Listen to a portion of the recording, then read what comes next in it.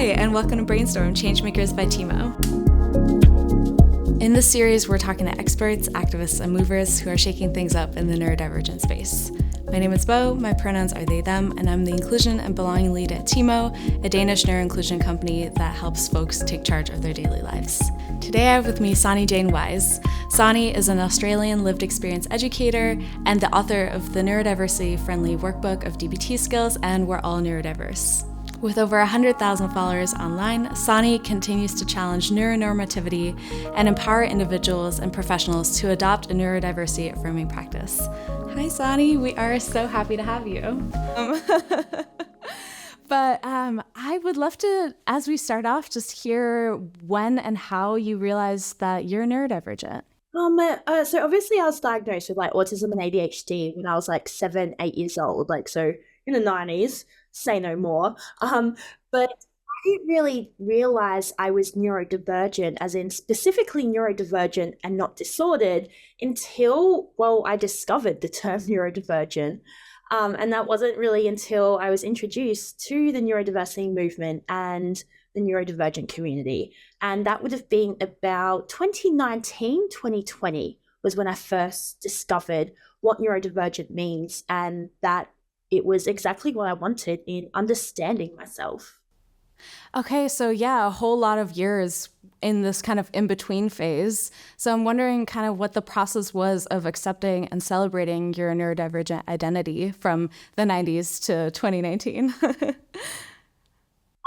So I was diagnosed with autism and ADHD when I was 7 or 8 years old. So that would have been about, we're going to do some maths here, 1999? Yeah, 1999, 2000. And back then, there was a really deficit understanding of ADHD and autism. And so I literally just grew up thinking that there was something wrong with me.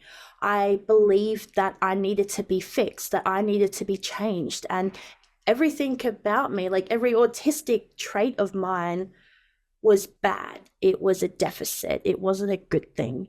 And obviously, growing up feeling that way and believing those things, that shapes how you see yourself and, what you deserve, how you deserve to be treated, what you can do, what you can't do. And so obviously I had a really hard time with all of that. And when I discovered the neurodivergent community or, the neurodiversity movement, it felt like I had an explanation for understanding myself and who I was and my differences that wasn't, blaming me or pathologizing me or labeling me as disordered or broken. It was a new way of understanding my needs and differences that made me feel better about myself, but also allowed me to realize that there was nothing wrong with me. And to be honest, I feel like that's one of the most empowering things that you can do, is realizing that there's nothing wrong with you. Yes, absolutely. I kind of had a similar process of realizing, that it's not a bad word. I don't know. It was just there was just so much, like you said, pathologizing. And it was really affirming to find a community that kind of reframed and reclaimed some of those terms. So you've thrown around the terms neurodiversity and neurodivergence, and I'm really curious as to how you define the difference between the two. So neurodivergent means someone that diverges from dominant societal norms. In other words, someone whose functioning or mind diverges from neuronormativity, this idea that there is one right way to function. And anyone who functions in a different way from neuronormativity, that falls outside of neuronormativity, whether it's the way you communicate, the way you feel, the way you learn, the way you pay attention, your sense of self, how you perceive or measure time. All of those things are what makes someone neurodivergent, diverging from neuronormativity. Well, on the other hand, neurodiversity is just basically a term to describe the diversity of people, the diversity of our minds. It's acknowledging that there is no one right or normal brain, that there's actually no such thing as normal, because obviously normal is a social construct. And so so neurodiversity says that there is no one normal brain. You can line up like 50, 100 brains in a row and you will not get one brain that is exactly like the other brain. So therefore, how can there be a standard brain? Yes, absolutely. I'm also wondering, the DSM or Diagnostics and Statistics Manual defines neurodivergence pretty differently. And I'm wondering, how your definition kind of differs from that in the medical model of disability and neurodivergence. Yeah. Well, the DSM, I think one of the most important things to understand about neurodivergent is that it is a term that is an alternative to disorder. It exists in opposition to disorder. So instead of saying that someone has a disorder, we say that they're neurodivergent. They don't have a disorder, then there's nothing wrong with them. They don't have deficits, they're neurodivergent. And I think that's why neurodivergent can be really empowering, because within the DSM, it frames a disorder as an illness or a disease just because you might function in a different way. And yeah, if that makes sense. Totally. Yeah. And you also created the first graphic really symbolizing all that fits under that umbrella term of neurodivergent. What kind of prompted you to create this, to dream out this visual? So when I got, obviously being an ADHDer, I like to go hard and fast. When I like something, I go full steam ahead.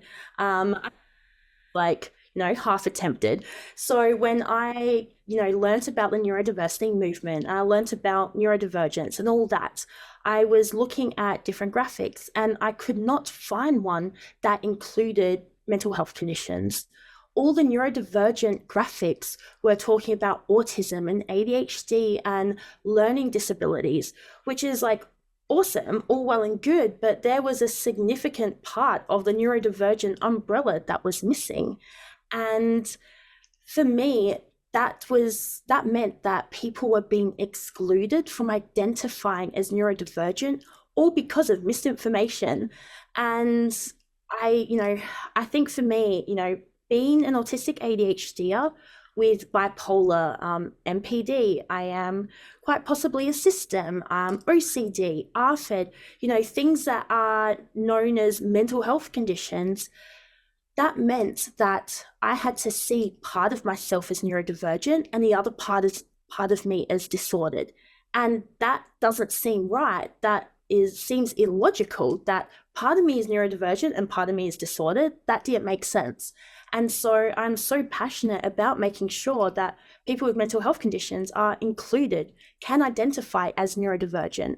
And so that is why I created the umbrella. And I feel like it's probably one of the best graphics I've ever created in my entire life. It is a gorgeous graphic. I really love it. So, you talked a bit about how there is no norm and no standard brain. But if the umbrella of neurodivergence is so expansive, is there such a thing as, neurotypical? Does that even exist? Yeah.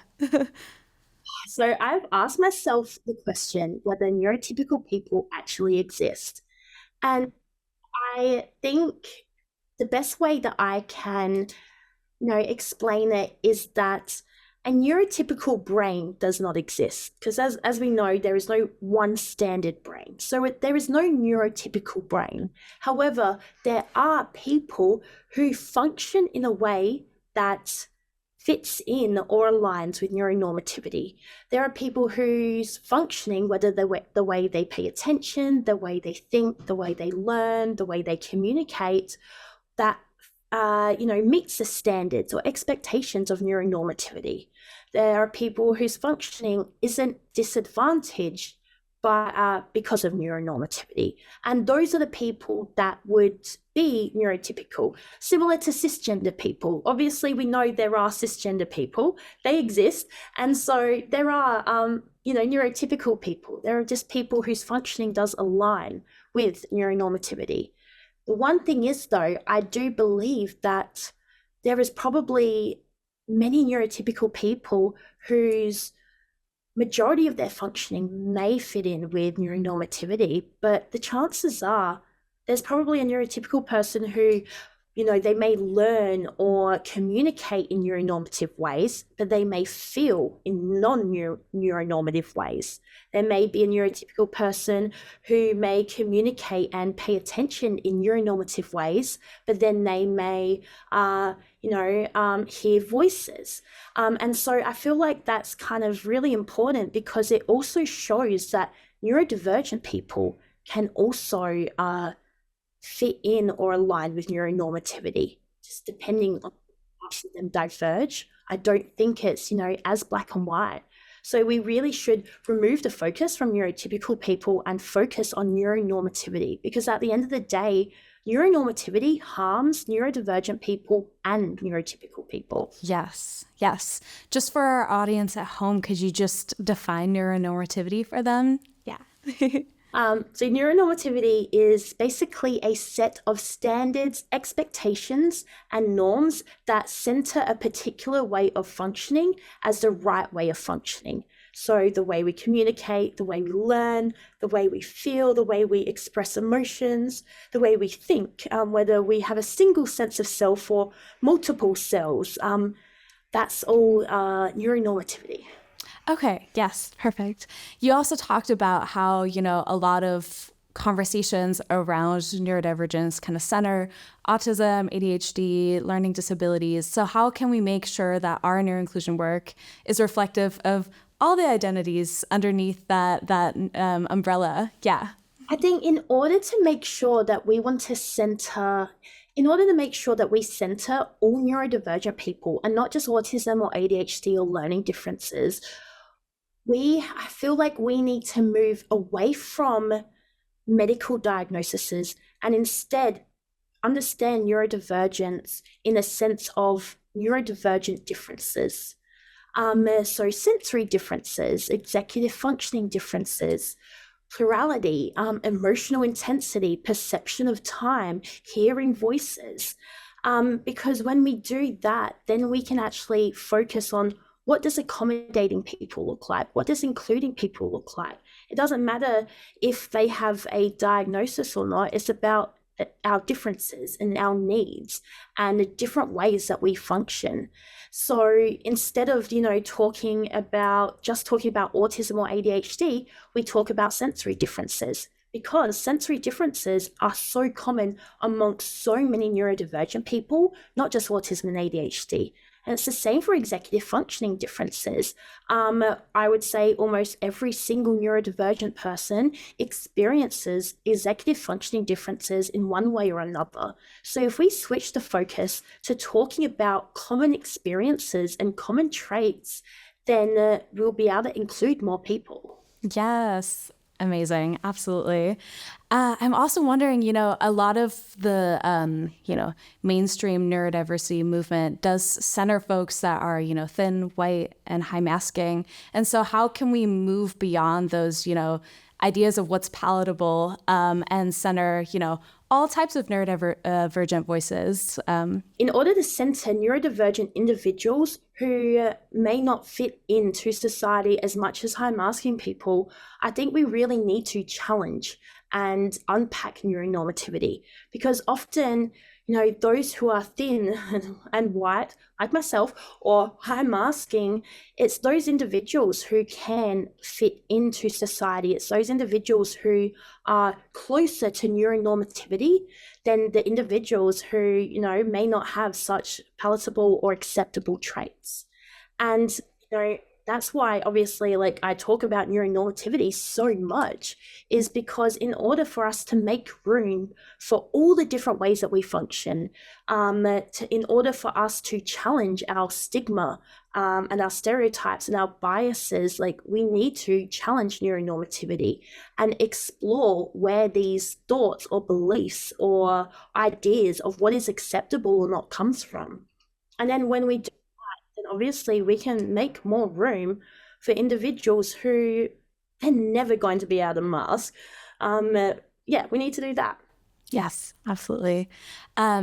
You're talking about your gorgeous umbrella graphic. You have also developed another amazing resource, which is your Neurodiversity Affirming Practice Principles. I would love to hear what those core principles are and how you dreamt those up. Yeah. So I've been delivering workshops on neurodiversity affirming practice for a couple of years now, and obviously I love neurodiversity affirming practice. I'm really passionate about it, and I think it is a significant paradigm shift in how we view and understand neurodivergence and differences and needs, as well as distress and trauma. And so I found that at the end of the day, we are at the beginning of the neurodiversity movement. Neurodiversity wasn't introduced until the 90s. I don't think it really became popular or thought out until 2010 onwards. It didn't become mainstream, like within media and everyday life, until I would say probably 2018, 2019. So we're at the beginning. And, I like to say that, if we're going to do something, we've got to do it right from the beginning. And so I thought that we need principles. We need a framework to guide, future professionals and people. Because if we don't have that framework, then we might end up reinforcing neuronormativity. We might end up reinforcing and perpetuating even more harm. And I think, the principles of neurodiversity affirming practice are a guide for individuals and mental health professionals and service providers to actually be neurodiversity affirming. Yes, yes. So for the sake of time, I'd love to dive into 3 of the principles that you have. So if we start off with just rejecting neuronormativity, since we've talked about that so much today, could you tell me a bit more about what it actually means to reject neuronormativity? To reject neuronormativity is to reject that there is one right way to function, that there is one right way to learn, that there is one right way to think or pay attention or communicate or play. It's rejecting the idea that we need to change an individual, and there are multiple ways that we can reject neuronormativity that we might not even think about. It can be as simple as rejecting the idea that there are good emotions or bad emotions. It's rejecting the idea that being blunt is rude. It's rejecting the idea that, independence is the ideal way to, live, or that spoken communication is the superior form of communication. To reject neuronormativity is to examine every assumption or expectation that we've ever had. Yes. And, neuronormativity, that term really makes me think of heteronormativity as well. And I'm just wondering how those intersect and inform each other, because they obviously do. So neuronormativity and cis heteronormativity are obviously really, really similar. Just like neuronormativity, cis heteronormativity centers one right way to gender or to have a sexuality. Cis heteronormativity reinforces that there is one right way to be a human, and that is being straight and cis, which honestly, I can't think of a worse time, but that's fine. We'll edit that out, it's okay. So, and so cis heteronormativity, is basically the idea that there is one right gender, there is one right sexuality, cisgender and heterosexuality, just for people who aren't aware.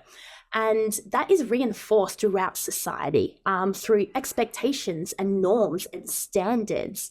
It's as simple as having a form and there's only 2 genders. That is an example of, gender normativity, cis normativity reinforced within society that we don't even think about. And neuronormativity is centered the same way in ways that we don't even realize. Yes. Yeah, it's like the gender form that has usually like male and female or male, female, and other. Like, what is other, actually? What is that? There aren't even genders. Exactly. I'm also, another principle that I'd love to center is lived experience advocacy. You are obviously the lived experience educator, and I'm wondering what the importance of prioritizing and centering lived experience is in advocacy work. Yeah, so centering lived experience within neurodiversity affirming practice is really important because for so long, like decades and decades, it is the psychiatrists and psychologists and therapists and social workers that are seen as the experts. Those are the people that people listen to. And that's what we want to challenge, that we want to basically recognize that it is the individuals who are the experts of their own experiences. It is the individuals who know their own lives. And it is individuals, it is lived experience, and the individuals with that lived experience that have to be centered within the neurodiversity movement and within neurodiversity affirming practice. Okay, yeah. I'm also, as the third little principle, I'm wondering what adapting systems and environments can look like. So adapting systems and environments is basically not defaulting to changing an individual. Now, obviously, within neurodiversity affirming practice, it is totally okay if an individual, has a concern or a goal that is about changing something, because it's up to the individual. But adapting systems and environments is acknowledging that we don't want to default and automatically assume that we need to change an individual. It's about recognizing that it's not always the individual that has to change. It's the systems and environments around us that need to change. It's the systems and environments that reinforce neuronormativity that we want to change and adapt. Yes. For the folks who do have to, participate in capitalism and in these systems, how can they get their needs met and recognize that the system is flawed while still, living in getting the support that they need? I think, getting our needs met and acknowledging that the system is flawed and we still have to participate in it requires reframing expectations and unpacking shame. So, it's at the end of the day, we do live in a capitalist society, so we have to work. Many people have to work a 9-to-5 job because they may have children or a mortgage to pay. This in this economy, absolutely. And so that's okay. If people need to do that, they need to do that, because at the end of the day, I think, we deserve to choose how we work with our brains and how we live our lives and what our goals are. And for some of us, that is working a 9-to-5 job to pay the bills. But we don't have to, I think a lot of what we need to do is unpack the shame that we might feel when we struggle. And I think we need to acknowledge that, I need to work, but if I struggle, that doesn't mean I'm broken. That doesn't mean I'm disordered. It doesn't mean there's anything wrong with me. So I feel like we need to identify, the systems and the barriers and identify neuronormative expectations and standards and norms, just so we can make sure that when, we happen to struggle with, transitioning tasks or paying attention for 6 hours, that we recognize that it's not our fault, that we don't blame ourselves. Absolutely. Yeah. I'm also, wondering, bit of an unplanned question, but how you take care of yourself, when you experience that shame or you're struggling. Yeah. What are some things you do to take care of yourself in those moments? Great question. Well, I like to surround myself with people who are challenging neuronormativity. I have built myself a community where I'm allowed to be late and it's not rude. I'm allowed to be blunt and it's not rude. I'm allowed to talk fast and interrupt in a conversation and no one thinks less of me for it.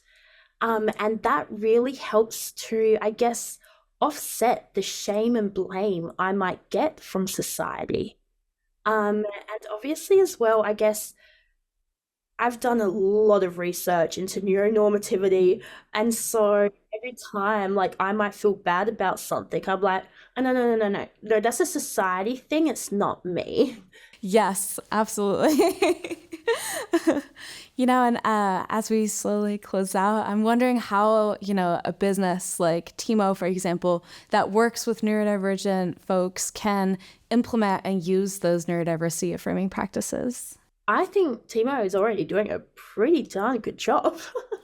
I have no feedback for you.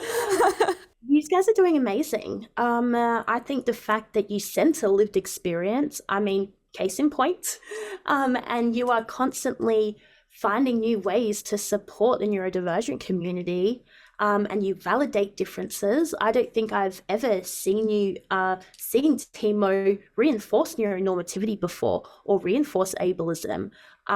So yeah, you're fine. Thank you. This was not me trying to get praise, but thank you so much. That means a lot. I'm sure we all have our unconscious biases in the team, but we do work pretty hard to try to move past those. So thank you. Yeah. As we think about all the learnings that you shared today, what is the main thing that you hope folks take away from our little chat today? I hope that people take away how significant and important it is to unpack neuronormativity. I do not think that we can make room or space for all the different ways that people function if we don't actually challenge and unpack neuronormativity, if we do not dismantle neuronormativity. And we cannot dismantle neuronormativity unless we challenge and unpack white supremacy culture and colonialism and capitalism. All of those are tied together and are actually what neuronormativity is rooted in. So I think we need to challenge and unpack neuronormativity, but also challenge and unpack white supremacy culture, colonialism and capitalism in order to make room for the diversity of people. Yes, absolutely. Yes, I totally agree. And I'm just wondering what's next for you. I know you have a book coming out. I think it's in November. I'm very excited. But yeah, what's next for you? I want to write another book. So obviously in my upcoming book, We're All Neurodiverse, I have a chapter on neuronormativity. It's actually the longest chapter in the book, just a heads up.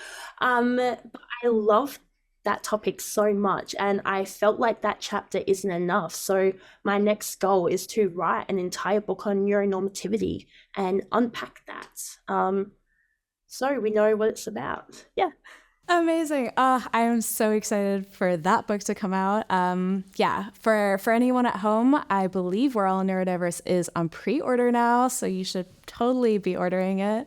But yeah, thank you so much for today. This was such a nice chat, and I hope your trip is going well wherever you are in this kind of maybe gray looking apartment. A ray of sunshine in the gray. Yeah. All right, bye. And that wraps up our conversation. If you'd like to follow Sonny's work, you can find them on Instagram, Facebook, and TikTok at Lived Experience Educator, and on LinkedIn under Sonny Jane Wise. If you want to reach out to us with any feedback or suggestions for future guests, you can reach us at Teemo app on Instagram and TikTok. You can also email us at community@teemo.dk, write us on our website or on the app.